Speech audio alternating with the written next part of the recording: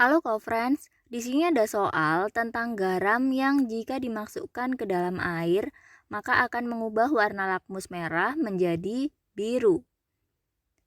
Dari soal, terdapat kalimat garam yang dimasukkan ke dalam air, itu menyangkut dengan yang namanya reaksi hidrolisis. Apa reaksi hidrolisis itu dan kapan hidrolisis itu bisa terjadi? Hidrolisis itu dapat terjadi ketika anion ataupun kation dari asam atau basa lemah itu bertemu dengan air. Ada 4 kemungkinan. Yang pertama, ketika asam kuat ditambahkan dengan basa kuat itu akan menghasilkan garam netral. Karena tidak ada asam maupun basa lemah, maka garamnya tidak akan terhidrolisis.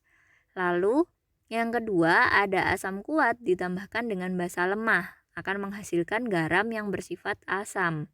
Karena garamnya berasal dari basa lemah, maka di sini garamnya akan mengalami hidrolisis parsial. Lalu yang ketiga, ada asam lemah ditambah dengan basa kuat akan menghasilkan garam basa.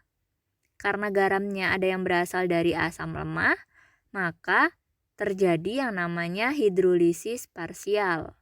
Yang keempat, ada asam lemah ditambahkan dengan basa lemah. Sifat dari garamnya akan bergantung dengan Ka maupun Kb-nya. Jika Ka kurang dari Kb, maka garamnya akan bersifat basa. Jika Ka-nya lebih besar daripada Kb, maka garamnya akan bersifat asam. Dan yang terakhir, jika Ka-nya sama dengan Kb, maka garamnya akan bersifat netral. Karena garamnya berasal dari asam lemah dan basa lemah, maka yang terhidrolisis adalah keduanya, sehingga terjadi yang namanya hidrolisis total. Kita harus ingat bahwa asam kuat itu ada 7 dan basa kuat itu ada 8. Di soal ini tertulis bahwa lakmus merah berubah menjadi warna biru. Jadi larutannya artinya bersifat basa. Jadi nanti kita cari garam yang memiliki sifat basa. Yang pertama ada amonium asetat atau CH3COONH4 yang terionisasi menjadi NH4+ dan CH3COO-. Kation NH4+ itu berasal dari basa lemah NH4OH sehingga NH4+ dapat mengalami reaksi hidrolisis menghasilkan H+. Lalu anion CH3COO- itu berasal dari asam lemah CH3COOH, sehingga CH3COO- akan mengalami reaksi hidrolisis menghasilkan OH-. Karena dalam reaksi hidrolisisnya menghasilkan H+ maupun OH-, maka garam ini dapat bersifat asam, basa, ataupun netral, tergantung dengan nilai Ka ataupun Kb-nya. Lalu yang kedua ada natrium sulfat atau Na2SO4 yang terionisasi menjadi 2Na+ dan SO4 2-. Kation Na+ itu berasal dari basa kuat NaOH sehingga Na+ tidak dapat mengalami reaksi hidrolisis.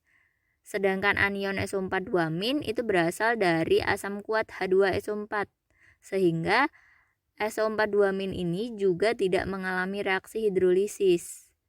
Jadi, natrium sulfat itu bersifat netral. Kemudian ada kalium asetat atau CH3COOK yang terionisasi menjadi CH3COO- dan K+. Anion CH3COO- itu berasal dari asam lemah CH3COOH, sehingga CH3COOH dapat mengalami reaksi hidrolisis menghasilkan OH-. Lalu kation K+ itu berasal dari basa kuat KOH, sehingga K+ tidak dapat mengalami reaksi hidrolisis. Karena pada reaksi hidrolisisnya menghasilkan OH-, maka kalium asetat itu merupakan garam yang bersifat basa. Lalu yang keempat ada natrium klorida atau NaCl yang terionisasi menjadi Na+ dan Cl-. Kation Na+ berasal dari basa kuat NaOH, sehingga Na+ tidak dapat mengalami reaksi hidrolisis. Sedangkan anion Cl- itu berasal dari asam kuat HCl, sehingga Cl- juga tidak dapat mengalami reaksi hidrolisis. Karena itu NaCl merupakan garam yang bersifat netral. Lalu Yang terakhir ada amonium klorida atau NH4Cl yang terionisasi menjadi NH4+ dan Cl-.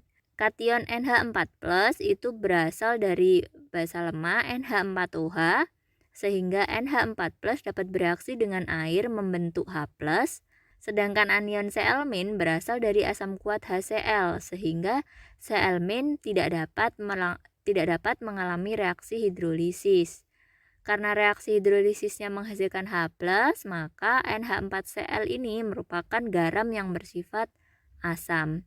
Jadi, garam-garam berikut ini yang jika dimasukkan ke dalam air akan mengubah warna lakmus merah menjadi biru, atau artinya larutan garam tersebut bersifat basah, yaitu adalah kalium asetat atau CH3COOK. Jadi jawabannya yang C. Sekian, sampai ketemu di pertanyaan berikutnya.